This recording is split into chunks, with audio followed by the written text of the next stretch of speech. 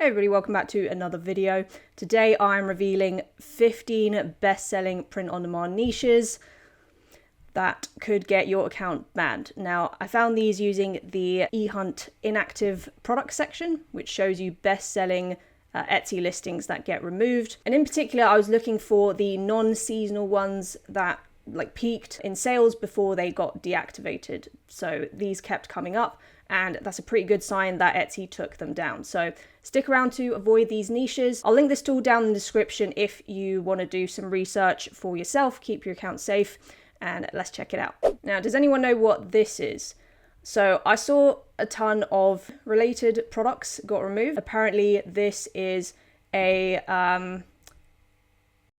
pygmy hippopotamus in Thailand that became a meme. Now this really blew up last year, and at first I thought this was like a species or something, but more importantly it is trademarked. So this is a good example of why you need to be careful when dealing with memes. You know, if something blows up and people start putting it on t-shirts, then chances are someone is out there trying to trademark it. The trademark is filed in class 25, which is apparel. And that means if you list it on clothing, then legally speaking, you are at risk of a takedown.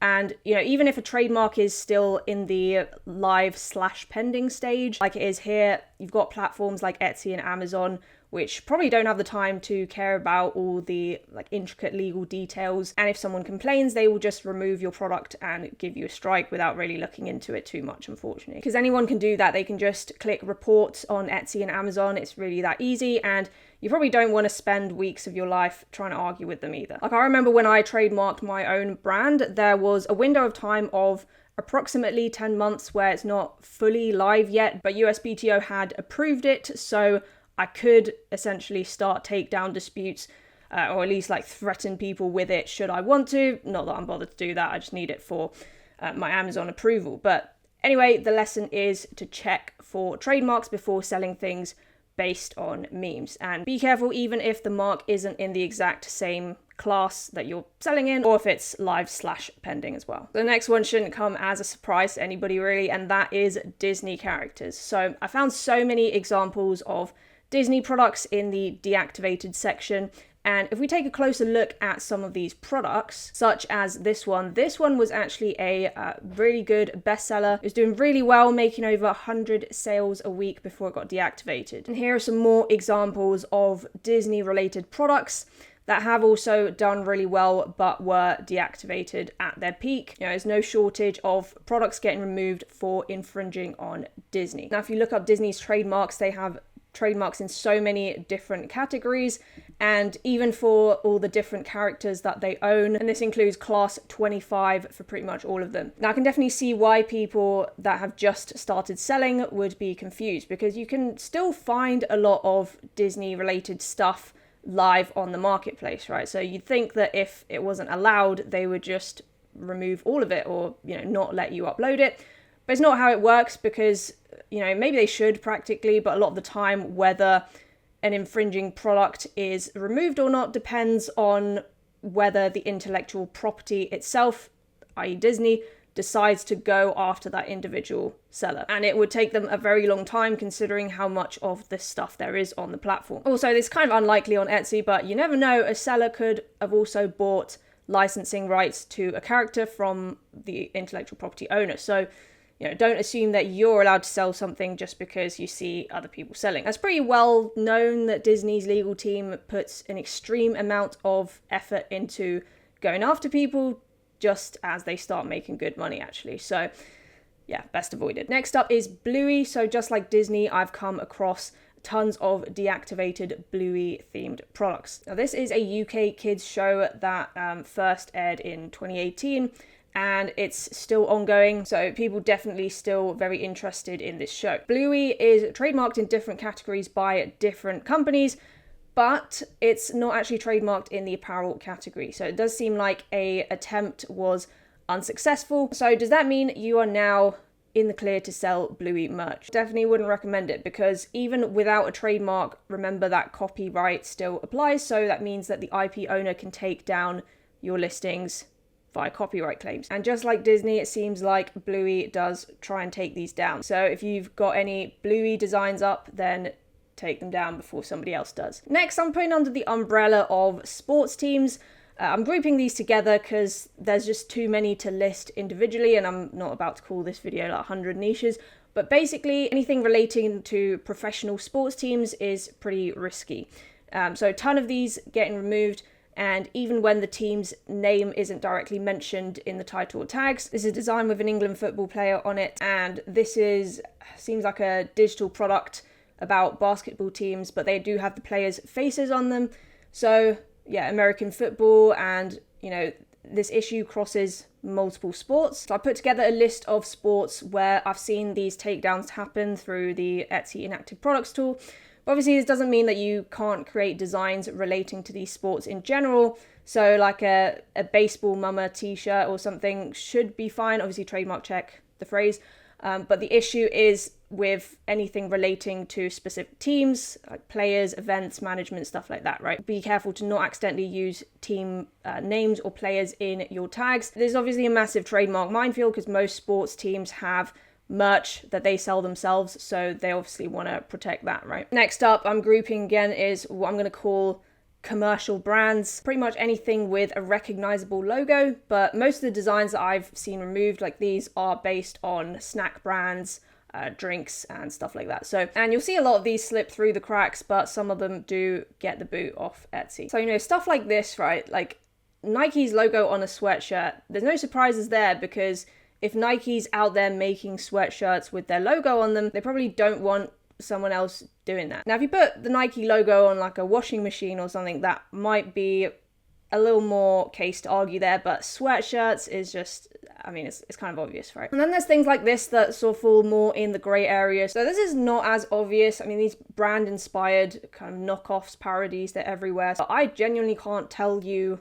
whether this is okay to sell. Like, I don't know. If I made something like this and it started selling well, I'd probably have a crisis. Might have to consult a lawyer as to whether this is allowed, because when you trademark a brand, you can actually trademark text and a logo as well. You can even trademark fonts, packaging, sometimes even specific color combinations. So, for example, the McDonald's color shades, you can spot that from a long distance away, right? And what's trickier is that some of these brand-based designs, they stay up for a very long time, and others just get taken down instantly. So sometimes it does depend on how aggressively the company is trying to enforce the trademarks. So if there's something like this making sales, then it might just mean that the legal team hasn't seen it yet. But this one is pretty funny, I'm not gonna lie. This video is sponsored by Kittl. If you're worried about intellectual property on your designs, you've heard about takedowns relating to other platforms, you'll have no worries with Kittl.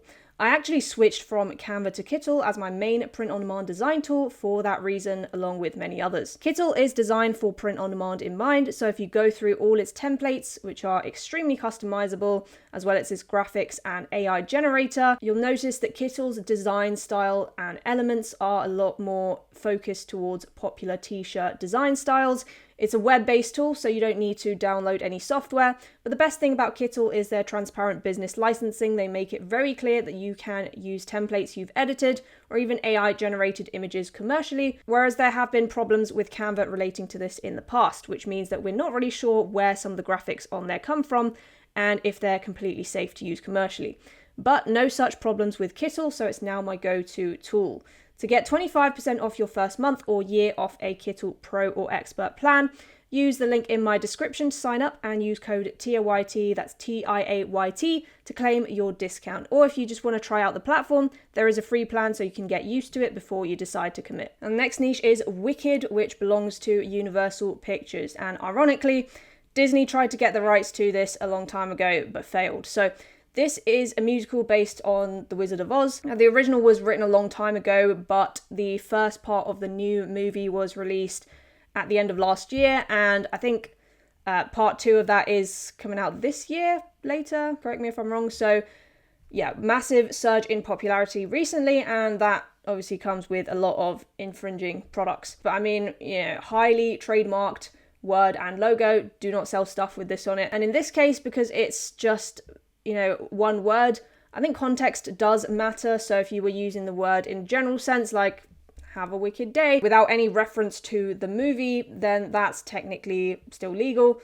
But I wouldn't use the word in my tags, at least in the current climate of media, because I suspect these marketplaces have bots that remove things automatically, so I don't want to get caught up with that. Also, I'm not a complete expert when it comes to context and one-word trademarks, so if something did become a bestseller with this word on it, that might be trademark lawyer territory. Next up is ACOTAR, ACOTAR. I've seen a lot of things with that tag being removed. So this is a fantasy romance book series. It stands for A Court of Thorns and Roses. So this series has been trending for the past few years. It seems to have steadily grown in popularity and is a book series as well as a movies and TV shows, so best avoided. I can see that someone's tried to trademark the acronym. I'm not sure if this is the author, but again, a pending/live trademark, best not mess around with those. The next niche is Taylor Swift. Lots of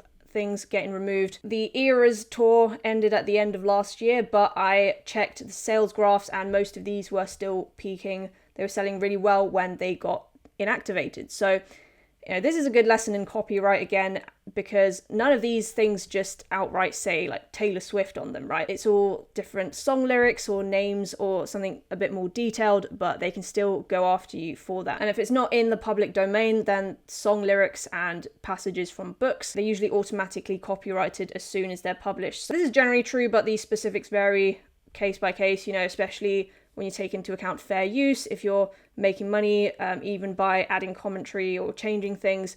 But in general, that applies. Some of you might remember there was this video of a lady going around that had her Etsy shop suspended for selling Taylor Swift related stuff. I mean, a bunch of stuff like Disney as well, but mostly the Taylor Swift stuff was what got her shop suspended. And this video is actually really helpful because it shows the types of designs that got her account suspended. And I'm gonna be honest, they're not as bad as some of the stuff that you see on there right now. Like, some people literally have the Disney logo on a product and it's still up for some reason. So yeah, it just shows that people are treated unfairly, but you don't want to get caught up in the takedowns, right? And secondly, she talks about getting multiple takedowns before she was suspended. I recommend going and watching this after you watch this video. It's by Love Letters to Milo. The next niche is Formula One racing, and I've separated this out from the sports teams category because this is a sport in itself, but the sport is trademarked, whereas things like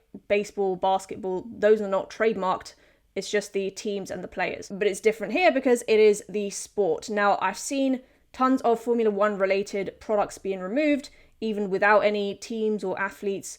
So it just seems like this entire niche is better avoided, unfortunately. Again, heavy trademarks in various different categories, and some people have tried to get around it by saying F1 instead, but I would not recommend that. I mean, just a lot of the time you can tell by how much effort a company is willing to put into filing all these trademarks. You can kind of infer that they are going to try and take stuff down and go after you, right? Next up, we have Shrek, or more broadly, DreamWorks and all of their productions, but Shrek is the most popular example of deactivated listings I found. Now, some of these aren't strictly bestsellers, but they were still selling pretty well before getting deactivated, so I've included them here. Again, heavily trademarked in the popular print-on-demand category, so do not sell Shrek-related stuff. Some other DreamWorks productions, I've definitely seen B-movie stuff sold because it became a massive meme a few years ago, so just know that DreamWorks is out to take stuff down. There's another grouped one, I'm going to call it video game franchises,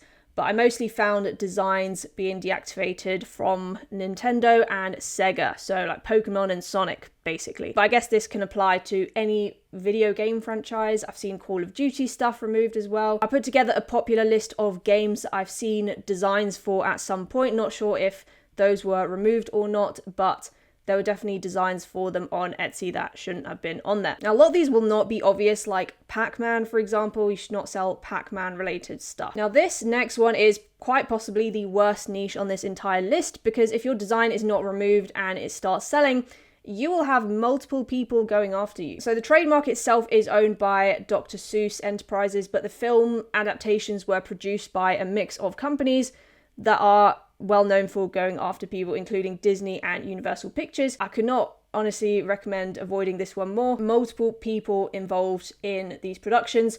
Obviously, this is one that peaks every Christmas, so you can bet that they will be out there hunting for infringers during that time. Next is Trump-related stuff. Now, obviously the election ended, but I've seen a lot of Trump-themed designs selling well that have been removed recently. In most states, it is illegal to sell merch with public figures or their likeness under the First Amendment, but it varies between the states. I think the bigger problem is that, well, firstly, if you're using a picture of like Trump that you didn't make yourself, you didn't take with a camera yourself, that you just like screen capped from the internet, that might fall under copyright infringement. And secondly, remember that Etsy themselves can remove things that they just don't like. So yeah, I'm not saying this is the case, but if it was, then that would be very interesting, wouldn't it? So make of that what you will, but this is not a clear, hard cut no from me like Disney is, but I definitely won't be uploading Trump-related stuff